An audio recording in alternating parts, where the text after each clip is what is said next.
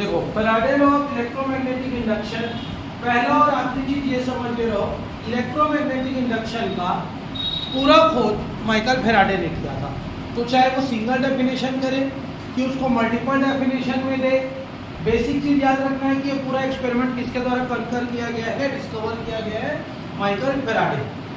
अब कल हम लोग क्या पढ़े थे, इलेक्ट्रोमैग्नेटिक इंडक्शन क्या होता है कि अगर कोई सा भी एक कॉइल ले लिया जाए, क्या ले लिया जाए, कोई सा भी एक कॉइल ले लिया जाए और उस कॉइल में हम लोग क्या अप्लाई करें, करंट, उस कॉइल में क्या अप्लाई करें, करंट अप्लाई करें। तो करंट अप्लाई करने के कारण उसके कॉइल के चारों तरफ क्या डेवलप हो जाता है, मैग्नेटिक फील्ड। क्या डेवलप हो जाता है, चारों तरफ मैग्नेटिक फील्ड। तो यार यहाँ पर तो सबसे पहले कॉइल लेते हैं और कॉइल में हम लोग क्या अप्लाई करते हैं, करंट अप्लाई करते हैं। तो करंट अप्लाई करने के कारण उसके चारों तरफ क्या डेवलप होता है, मैग्नेटिक फील्ड। अब एक पार्टिकुलर एरिया में जितने magnetic lines of forces present हैं, किसी पार्टिकुलर एरिया में जितने magnetic lines of forces present हैं, वो मैग्नेटिक लाइंस ऑफ फोर्सेस क्या कहलाती हैं, मैग्नेटिक फ्लक्स। क्या कहलाती है, magnetic flux. The total number of magnetic lines of forces in a particular area of the coil is called magnetic flux. खत्म। जैसे जैसे करंट की वैल्यू फ्लक्चुएट होगी, जैसे जैसे करंट की वैल्यू क्या होगी, फ्लक्चुएट होगी, वैसे वैसे मैग्नेटिक फ्लक्स का वैल्यू भी क्या होने लगेगा, चेंज होने लगेगा। क्या, जैसे जैसे करंट की वैल्यू कम ज्यादा कम ज्यादा कम ज्यादा होने लगेगी, फ्लक्चुएट होगी, तो वैसे वैसे मैग्नेटिक फ्लक्स की वैल्यू भी क्या होने लगेगी, चेंज होने लगेगी। जब मैग्नेटिक फ्लक्स में चेंज होगा, किसमें चेंज होगा, मैग्नेटिक फ्लक्स में चेंज होगा, तो कॉइल के एंड पे, कॉइल के किस पर, एंड पर एक ईएमएफ क्या हो जाएगा, प्रोड्यूस हो जाएगा। एक ईएमएफ क्या हो जाएगा, प्रोड्यूस हो जाएगा। इस प्रोड्यूस्ड ईएमएफ को अपन क्या बोलेंगे, इंड्यूस्ड ईएमएफ। क्या बोलेंगे, इंड्यूस्ड ईएमएफ। क्यों, क्योंकि इसकी वैल्यू छोटी सी रहेगी और किसके कारण प्रोड्यूस हो रही है, मैग्नेटिक फ्लक्स में चेंज होने के कारण। मतलब मैग्नेटिक एनर्जी किसमें कन्वर्ट हो जा रही है, वापस से इलेक्ट्रिकल एनर्जी। पहले हमने क्या दिया, इलेक्ट्रिकल एनर्जी, क्या बना, मैग्नेटिक एनर्जी। मैग्नेटिक एनर्जी में चेंज होने के कारण क्या बन गया, वापस से इलेक्ट्रिकल एनर्जी। क्लियर है यहाँ पर तक। तो मैग्नेटिक फ्लक्स में चेंज होने के कारण क्या डेवलप हो जाता है, इंड्यूस्ड ईएमएफ। क्लियर है यहाँ पर तक। इंड्यूस्ड ईएमएफ की वैल्यू, ठीक है, डेवलप हो गई। डेवलप होने के बाद जैसे ही हम लोग कॉइल को क्लोज कर देते हैं, क्लोज करना इन द सेंस करंट को फ्लो करना क्या कर देते हैं, बंद कर देते हैं, तो ये इंड्यूस्ड ईएमएफ क्या करने की कोशिश करता है, अपना करंट जनरेट करके फ्लो करने की कोशिश करता है। और इस करंट को हम लोग कौन सा करंट बोल देते हैं, इंड्यूस्ड करंट। क्या बोल देते हैं, इंड्यूस्ड करंट। क्लियर है यहाँ पर कि नहीं है, मेरे को ये बताइए। ये है इलेक्ट्रोमैग्नेटिक इंडक्शन। कीर्ति हुआ क्लियर। इलेक्ट्रोमैग्नेटिक इंडक्शन क्या होता है, अगर एक लाइन में बोलूं तो एक लाइन में क्या बोलेंगे, change in magnetic flux led to induced EMF. Change in magnetic flux led to induced EMF, this process is called electromagnetic induction. Magnetic flux में चेंज होना और मैग्नेटिक फ्लक्स में चेंज होने के कारण क्या प्रोड्यूस होना, इंड्यूस्ड ईएमएफ का प्रोड्यूस होना क्या कहलाता है, इलेक्ट्रोमैग्नेटिक इंडक्शन। क्लियर है यहाँ पर तक।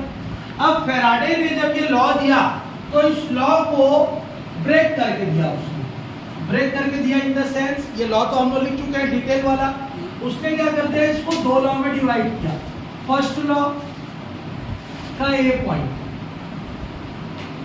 फर्स्ट लॉ का ए पॉइंट क्या बोलता है, when current is phloem through a coil, phloem through a coil,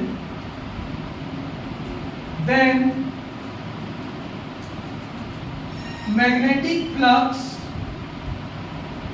linked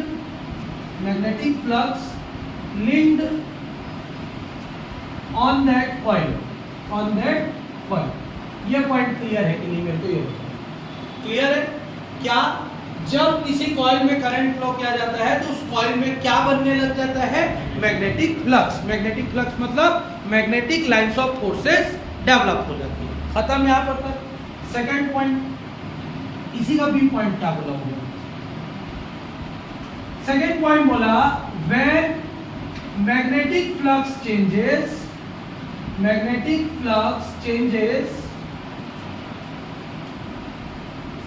and induced EMF is produced in that coil.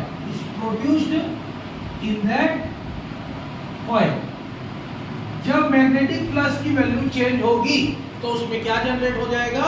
Induced EMF. Clear हो गया? It lasts as long as magnetic flux changes. इसमें एक point और जोड़ना है, flux changes. इसका मतलब समझ में आ रहा है? ये तब तक अपना एग्जिस्टेंस शो करेगा जब तक के मैग्नेटिक फ्लक्स में क्या होता रहेगा? चेंज. मैग्नेटिक फ्लक्स में चेंज होना बंद हो गया तो इंड्यूस्ड ईएमएफ भी प्रोड्यूस होना बंद हो जाएगा. क्लियर है कि नहीं? ये वाला लाइन क्या चीज को बता रहा है कि इंड्यूस्ड ईएमएफ का एग्जिस्टेंस तब तक रहेगा जब तक के मैग्नेटिक फ्लक्स में क्या होता रहेगा? चेंज. अगर मैग्नेटिक फ्लक्स में चेंज होना बंद हो गया तो इंड्यूस्ड ईएमएफ की वैल्यू सडनली क्या हो जाएगी? पूरा जीरो. क्लियर है? इट लास्ट मतलब इंड्यूस्ड ईएमएफ रहेगा. कब तक रहेगा? जब तक के मैग्नेटिक फ्लक्स क्या होता रहेगा? चेंज होता रहेगा. अगर इसको लिखोगे तो ऐसे भी लिख सकते हो, induced EMF exist when magnetic flux changes. अगर ये वाला वर्ड यूज नहीं करना है तो ठीक. अब आ जाते हैं सेकंड लॉ. सेकेंड लॉ उन्होंने बोला the rate of change in magnetic flux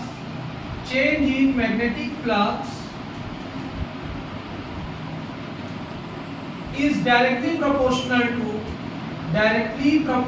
to induced EMF. उल्टा लिखता है. Induced EMF produced in the coil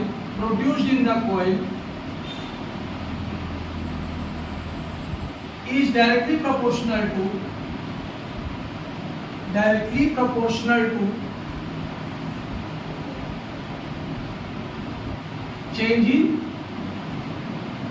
magnetic flux.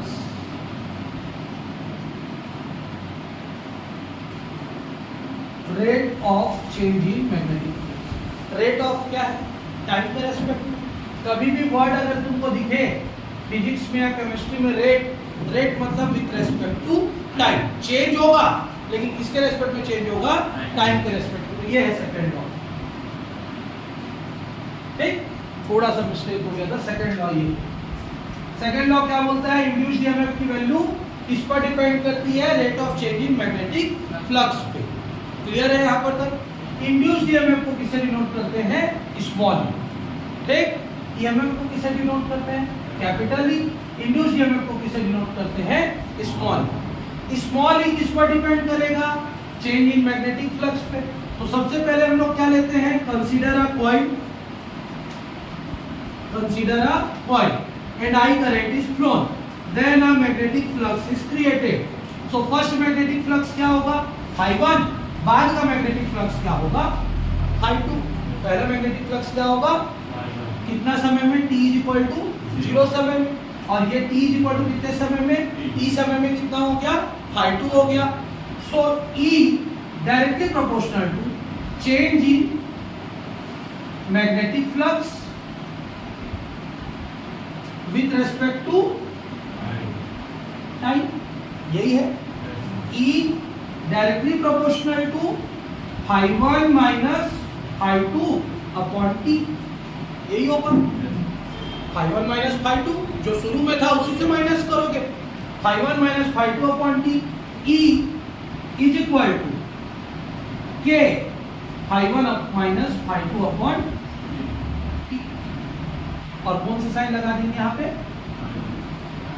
ठीक, माइनस साइन क्यों लगाएंगे?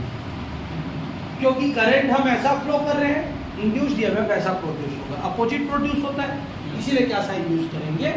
माइनस. क्लियर है यहाँ पर तक? सो E इज इक्वल टू, अगर K की वैल्यू को कितना ले लें? 1 ले लें. कौन से यूनिट पे लेते हैं? 1. ऐसा यूनिट पे. सो E इज इक्वल टू कितना हो जाएगा? Minus phi1 minus phi2 upon कितना आ जाएगा? क्लियर है कि नहीं? नहीं समझ में आया? ये है तुम्हारा फेराडे लॉ। कौन सा लॉ है ये? Faraday law. फेराडे लॉ क्या बोलता है फिर से समझेंगे एक बार। पहला लॉ बोलता है अगर किसी कॉइल में करंट फ्लो करेंगे तो उसमें क्या जनरेट होगा? Magnetic flux. मैग्नेटिक फ्लक्स की वैल्यू जैसे जैसे चेंज होने लगेगी तो उसमें क्या जनरेट होगा? Induced EMF. इंड्यूस्ड ईएमएफ तब तक एग्जिस्ट करेगा जब तक के मैग्नेटिक फ्लक्स में चेंज हो रहा है। पहला लॉ खत्म। दूसरा लॉ क्या बोलता है? इंड्यूस्ड ईएमएफ की वैल्यू किस पे डिपेंड करेगी? Rate of change in magnetic flux पे। उसके लिए हमने क्या लिया? एक कॉइल लिया, उस कॉइल में क्या फ्लो किया? आई करंट फ्लो किया। जैसे ही आई करंट फ्लो किया तो पहले क्या बना? φ1 मैग्नेटिक फ्लक्स। कुछ देर बाद कितना मैग्नेटिक फ्लक्स में कन्वर्ट हो गया? φ2। तो E directly proportional to change in magnetic flux upon time. E directly proportional to φ1 starting है minus φ2 upon time. So E is equal to minus K φ1 minus φ2 upon time. Minus sign क्या indicate कर रहा है? कि direction of EMF is opposite to the direction of magnetic flux. Magnetic flux ऐसे linked हो रहा है सब, लेकिन हमारा इंड्यूस्ड ईएमएफ अपोजिट क्रिएट हो रहा है। क्या हो रहा है? अपोजिट क्रिएट हो रहा है। हाँ अभी आगे पढ़ेंगे, अपोजिट क्रिएट हो रहा है। एक आता है क्वेश्चन, डायरेक्शन ऑफ, ये कॉन्सेप्चुअल क्वेश्चन है, direction of induced EMF is always opposite to the direction of source, to the direction of source। Source के डायरेक्शन से ही अपोजिट होता है। क्यों? या एक क्वेश्चन आता है why negative sign is used, सीधा सीधा तो नेगेटिव साइन इंडिकेट करता है कि डायरेक्शन उसका अपोजिट है। इस आंसर को लिखेंगे बाद में, ठीक है? क्लियर है यहाँ पर तक? नहीं लगाना है तो और एक इजी मेथड बता देता हूँ। नहीं लगाना है तो हम क्या करेंगे? वो माइनस साइन आएगा ही। कैसे आएगा? E is equal to φ1 minus φ2 upon t। लेकिन हमको पता है हम किसको किससे माइनस करते हैं? फाइनल को इनिशियल से। So E is equal to क्या हो जाएगा? Minus φ2 minus φ1 upon. वो माइनस साइन तो तुमको कैसे भी करके लाना ही है। क्लियर है यहाँ पर तक? इसमें इसको माइनस क्यों नहीं किए? क्योंकि शुरू में जब करंट दोगे तो वैल्यू क्या रहेगी? ज़्यादा। धीरे धीरे आगे बढ़ते बढ़ते उसकी वैल्यू क्या हो जाती है? कम। इसलिए φ1 माइनस क्या करते हैं? ठीक। φ2 माइनस φ1 क्यों नहीं कर रहे हैं? ये सोर्स है, सडनली करंट टकराएगा, बहुत ज़्यादा मैग्नेटिक फील्ड प्रोड्यूस होगा और मैग्नेटिक फील्ड आगे बढ़ते जाएगा तो धीरे धीरे क्या होने लगेगा? कमजोर होने लगेगा। इसलिए इस तरफ φ1 है और इस तरफ क्या है? अपोजिट है। तो ईएमएफ कहाँ से जनरेट होगा? आखिरी से जनरेट होकर इधर बहेगा। तो दोनों का डायरेक्शन क्या हो गया? मैग्नेटिक फ्लक्स ऐसा बन रहा है और ईएमएफ ऐसे बनेगा, यहाँ से इस टर्म तक जाएगा, इस टर्मिनल से इस टर्मिनल तक। नोट करो।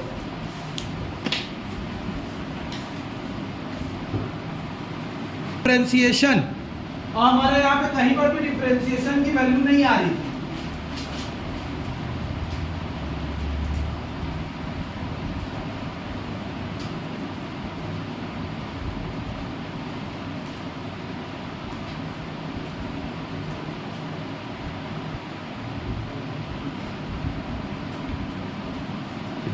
चलो नेक्स्ट टॉपिक हेडिंग देंगे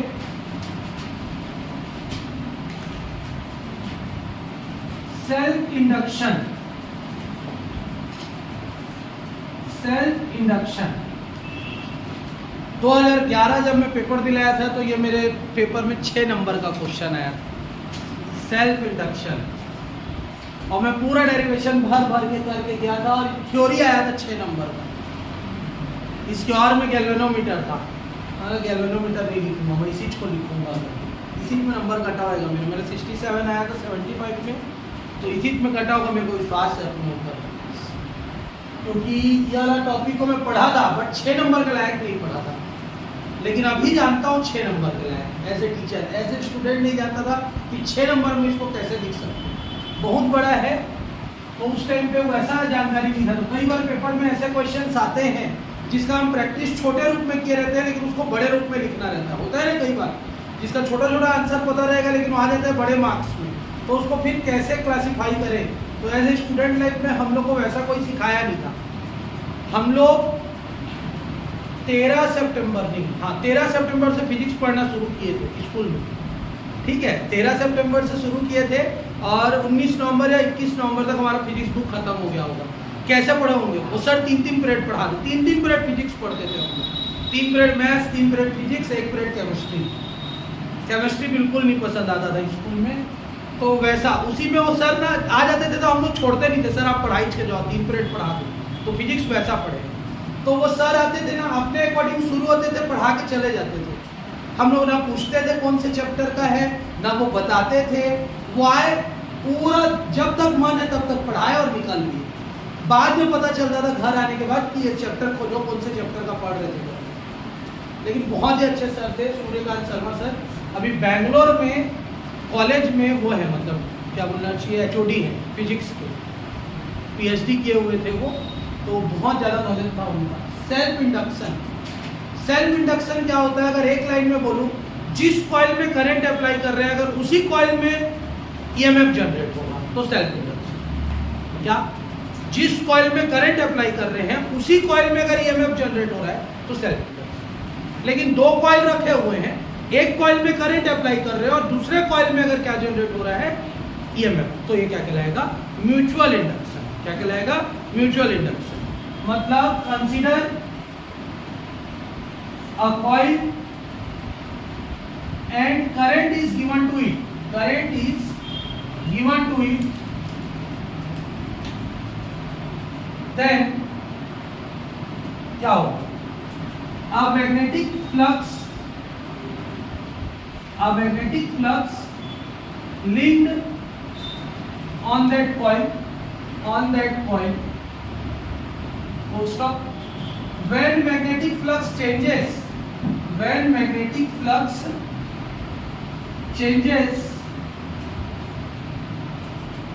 an induced EMF is produced, in the same coil, this process is called क्या? Self induction.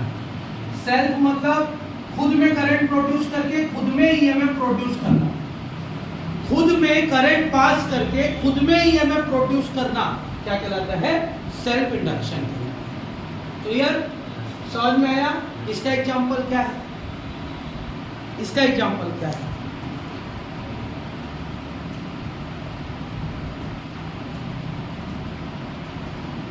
Heater, electric heater जिसमें खाना बनाते हैं, ऐसे ऐसे करके कॉइल लगा रहता है पूरा। देखियो इलेक्ट्रिक हीटर, उस इलेक्ट्रिक हीटर में करंट पास करते हैं, वो खुद ही के कॉइल में क्या जनरेट कर लेता है? EMF। करंट को जैसे ऑफ कर देते हैं तब भी उसका लंबे समय तक EMF बना हुआ रहता है। जो हम लोग खाना बनाते हैं, इंडक्शन चूल्हा भी इसी प्रिंसिपल पे वर्क करता है, उसमें और कोई सा दूसरा कॉइल नहीं लगा होता। लेकिन जब हम ट्रांसफार्मर की बात करते हैं तो ट्रांसफार्मर म्यूचुअल इंडक्शन पे वर्क करता है। एक तरफ प्राइमरी कॉइल में हम करंट देते हैं, सेकेंडरी कॉइल से हम क्या करते हैं? करंट को क्या करते हैं? लेते हैं। एक साइड देने का काम होता है, एक साइड लेने का काम होता है। तो ट्रांसफार्मर हो गया, ये किसका एग्जांपल है? तुम्हारा म्यूचुअल इंडक्शन का। सेल्फ इंडक्शन का इंडक्शन हो गया, तुम्हारा प्रेस हो गया, आयरन जो करते हैं वो हो गया, या तुम्हारा हीटर हो गया, वो सब किसके एग्जांपल है? Self induction. तो इसमें कितना कॉइल दिया जाता है? एक कॉइल दिया जाता है। इस कॉइल में क्या किया जाता है? I करंट प्रोवाइड किया जाता है। तो इसमें क्या डेवलप हो जाता है? Magnetic flux. क्या डेवलप हो जाता है? Magnetic flux. जैसे जैसे मैग्नेटिक फ्लक्स की वैल्यू चेंज होने लग जाती है तो उसमें क्या डेवलप होता है? Induced EMF। इसमें डेवलप हुआ, जिस कॉइल में करंट दे रहे हैं उसी कॉइल में अगर इंड्यूस्ड EMF डेवलप होता है तो ये प्रोसेस क्या कहलाता है? सेल्फ।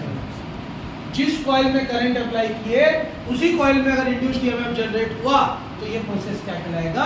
Self induction. क्लियर है? यहाँ पर तक समझ में आया कि नहीं आया? आ गया। इसमें क्या पता चल रहा है कि जो यहाँ मैग्नेटिक फ्लक्स प्रोड्यूस हो रहा है वो किस पर डिपेंड कर रहा है? करंट कर रहा है। Magnetic flux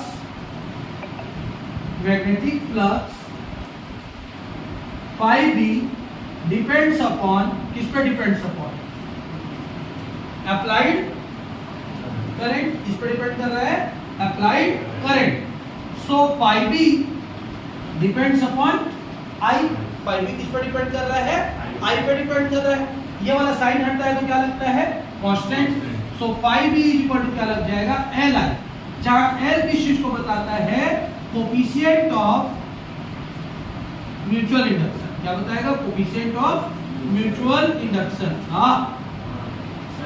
self induction, coefficient of self induction, या इसी को और बोला जाता है सेल्फ इंडक्टेंस। क्या बोला जाता है, सेल्फ इंडक्टेंस। क्लियर है कि नहीं है, क्लियर हो गया यहां पर तक। तो एल की वैल्यू कितनी आ जाएगी, phi B upon I, phi B upon I आ गया। इसका यूनिट होता है, इट्स यूनिट इज हेनरी। क्या होता है इसका यूनिट, हेनरी कैपिटल एच। क्या होता है इसका यूनिट, हेनरी कैपिटल एच। समझ में आया कि नहीं है? तो सबसे पहले हम लोग क्या लिखेंगे, सेल्फ इंडक्शन क्या होता है। सेल्फ इंडक्शन क्या होता है, अगर एक कॉइल लिया जाए, उस कॉइल में क्या फ्लो किया जाए, आई करंट फ्लो किया जाए। आई करंट फ्लो करने के कारण उस कॉइल में क्या डेवलप होगा, मैग्नेटिक फ्लक्स। मैग्नेटिक फ्लक्स की वैल्यू जैसे जैसे चेंज होने लगेगी तो क्या बनेगा, इंड्यूस्ड ईएमएफ। कहां प्रोड्यूस होगा, उसी कॉइल में। तो उस कॉइल में जब इंड्यूस्ड ईएमएफ प्रोड्यूस होगा तो इस प्रोसेस को क्या बोलेंगे, सेल्फ इंडक्शन। सेल्फ इंडक्शन का एग्जांपल क्या आएगा, heater, iron induction etcetera.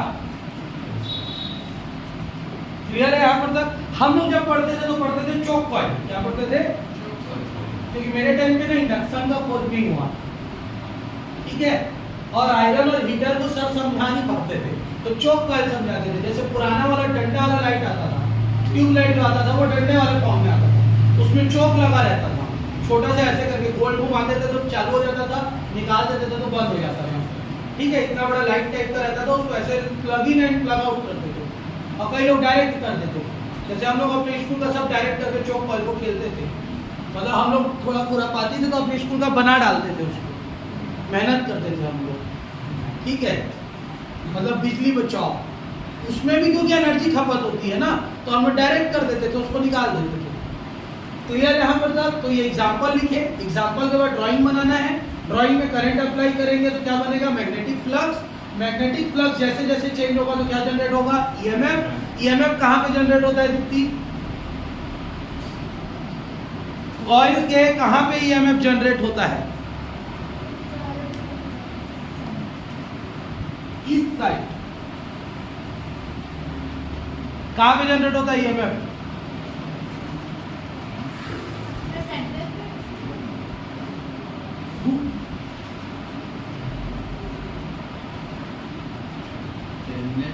Terminals पे। टर्मिनल्स कहां पे होता है, किनारे में, एंड पे। ईएमएफ कहां पे जनरेट होता है, एंड पे जनरेट होता है। क्लियर हो गया? दोनों कॉइल्स के किनारों पे क्या जनरेट होता है, ईएमएफ। बीच में नहीं लिखा हूं, एरो को देख लिया करो थोड़ा सा, ठीक है। क्लियर है यहां पर तक? अब मैग्नेटिक फ्लक्स किस पे डिपेंड करेगा, करंट पर। ये वाला साइन हटता है तो क्या लगता है, कांस्टेंट। कांस्टेंट क्या लगेगा, एल। एल को अपन क्या बोलते हैं, सेल्फ इंडक्टेंस। क्या बोलते हैं, सेल्फ इंडक्टेंस, या फिर क्या बोलते हैं, कोफिशिएंट ऑफ सेल्फ इंडक्शन। और एल की वैल्यू कितनी आ जाती है, फाई बी अपॉन आई, जहां पर इसका यूनिट क्या होता है, हेनरी। क्लियर है यहां पर तक? समझ में आया? चलो इतना को नोट करो कि आगे और पढ़ा दूं, पूरा सेल्फ इंडक्शन खत्म कर दूं, फिर नोट करो। है मेरे पास स्पेस, मैं पढ़ा सकता हूँ, नोट तो कर लोगे, है ना। तो मैं बॉक्स बना देता हूँ इसको।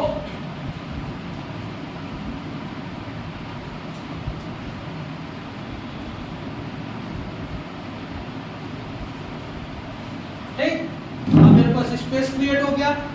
6 नंबर के लायक पढ़ा रहा हूँ मैं, इतना ही लिख के आया था ना पेपर में, इसीलिए कटा था। इसके आगे मेरे को पता था, लेकिन ये नहीं पता था कि उसको भी लिख सकते हैं। इसका डेफिनेशन बनाना है।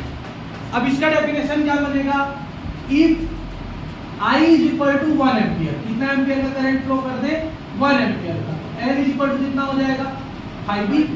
L इज इक्वल टू कितना हो जाएगा, फाई बी। सो क्या होगा, self inductance of any coil is always equal to that amount of magnetic flux which is linked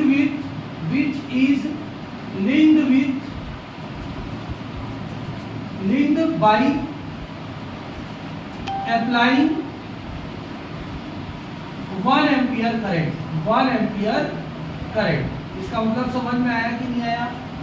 अगर I की वैल्यू को 1 एम्पियर ले लिया जाए, I की वैल्यू को 1 एम्पियर ले ले तो L की वैल्यू किसके इक्वल हो जाएगी? Phi B के। तो सेल्फ इंडक्टेंस की वैल्यू किसके इक्वल हो रही है? मैग्नेटिक फ्लक्स के। कब इक्वल हो रही है? जब उसमें कितना करंट प्रोवाइड कर रहे हैं? 1 एम्पियर। क्लियर है यहां पर तक? समझ में आया? ये एक डेफिनेशन फोर्स। इसका डेफिनेशन आया अभी भी L का। बट हम लोग क्या जानते हैं? E इज इक्वल टू कितना जानते हैं? Minus d phi by D t. मैंने फार्मूला लिखवाया था अभी। और फाई की वैल्यू कितनी जानते हैं? L I. फाई की वैल्यू कितनी जानते हैं? And phi is equal to अपन क्या जानते हैं? L I. So E is equal to कितना हो जाएगा? Minus D by D T. और ये क्या होगा तुम्हारा? L I. L तो कांस्टेंट है, बाहर निकल गया, minus L D I upon कितना हो गया? डी टी हो गया। ठीक, ट्रांसफर कर दो तो L इज इक्वल टू कैसे आएगा? E upon minus D I upon T. ये इधर मल्टीप्लाई में था, इधर जाएगा तो क्या हो जाएगा? डिवाइड। क्या हो जाएगा? डिवाइड। अब d I upon d t is equal to, अगर मैं 1 एम्पियर पर सेकेंड ले लूं, क्या ले लूं? 1 एम्पियर पर सेकेंड। इसको 1 एम्पियर पर सेकेंड ले लेते हैं, तब क्या होगा? 1 एम्पियर पर सेकेंड क्यों ले रहे हैं? इसका एम्पियर होता है, इसका सेकेंड होता है, इसीलिए 1 एम्पियर पर सेकेंड। तो 1 एम्पियर पर सेकेंड लेंगे तो क्या हो जाएगा? E is equal to minus 7। ठीक, या L इज इक्वल टू, दोनों में से कुछ भी लिख लो तुम लोग। दोनों कंडीशन में क्या लिखेंगे?